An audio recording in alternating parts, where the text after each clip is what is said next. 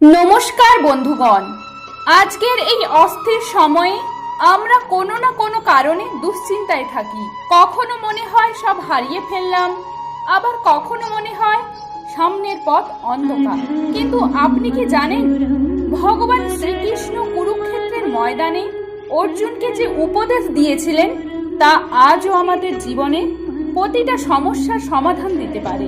আয়না আর হিরে দুটোই উজ্জ্বল, কিন্তু আয়না অন্যের রূপ দেখায় আর হিরে নিজের আভায় আলোকিত হয়।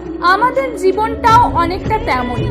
আমরা সারা জীবন অন্যের কথাই চলি, অন্যের মতামতকে গুরুত্ব দিই, কিন্তু যেদিন আপনি নিজের ভেতরের শক্তি বা হিরেকে চিনতে পারবেন, সেদিন আপনার জীবন সার্থক হবে। আমরা সবাই সুখ খুঁজি, কিন্তু দুঃখ এলে ভেঙে পড়ি। শ্রীকৃষ্ণ বলেন, দিন যেমন রাতের পর আসে, সুখও ঠিক তেমনই দুঃখের পর আসবেই। এটা প্রকৃতির নিয়ম। জীবনটা একটা যুদ্ধের মতো। এখানে হার জিত বড় কথা নয়, বড় কথা হলো আপনি কতটা সাহসের সাথে লড়াই করছেন। আপনার কর্মই আপনার পরিচয়। ফলের আশা না করে নিজের কাজটা মন দিয়ে করে যান। মনে রাখবেন, সময় সবার পরিবর্তন হয়। আজ যার দিন খারাপ যাচ্ছে, কাল তার সূর্যোদয় নিশ্চিত। এই পৃথিবীটা একটা মায়ার খেলা। আমরা যখন কোনো কিছুকে খুব বেশি আঁকড়ে ধরি, তখনই কষ্ট পাই। শ্রীকৃষ্ণ অর্জুনকে শিখিয়েছিলেন যে কোনো কিছুই স্থায়ী নয়, না আপনার সম্পত্তি, না আপনার দুঃখ। অহংকার পতনের মূল কারণ।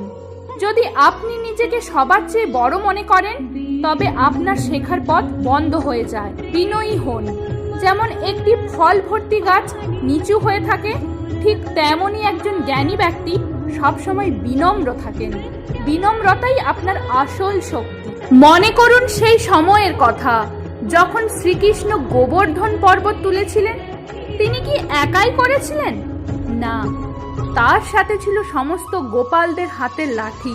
এর অর্থ হলো একতা এবং বিশ্বাস। যখন আপনি একলা বোধ করবেন, মনে রাখবেন পরমাত্মা আপনার সাথে আছেন। আপনার বিশ্বাসই আপনাকে পাহাড়ের সমান বাধা পার করতে সাহায্য করবে। জীবনে এমন অনেক মানুষ আসবে যারা আপনাকে ছোট করার চেষ্টা করবে। যেমন রাজা সিংহের সামনে শিয়াল মিথ্যা কথা বলেছিল, কিন্তু সত্যর জয় অনিবার্য। আপনার আত্মবিশ্বাস যেন কারোর কথায় টলে না যায়। জীবনের অন্ধকার দূর করতে বাইরের আলোর চেয়ে ভেতরের আলোর বেশি প্রয়োজন। দীপাবলি মানে শুধু প্রদীপ জ্বালানো নয়, নিজের ভেতরের অন্ধকার বা অবিদ্যাকে দূর করা। শ্রী রামচন্দ্র যখন বনবাস কাটিয়ে ফিরছিলেন, তখন অযোধ্যাবাসী প্রদীপ জ্বালিয়েছিলেন। আপনিও আপনার মনের কোণে জমানো ঘৃণা, ভয়, দুশ্চিন্তা সরিয়ে দিয়ে বিশ্বাসের প্রদীপ জ্বালান। আজকের পর থেকে যখনই মন খারাপ হবে, নিজেকে বলবেন এই সময়টাও কেটে যাবে। শ্রীকৃষ্ণের ওপর ভরসা রাখুন এবং নিজের কর্মে অবিচল থাকুন। রাধে রাধে।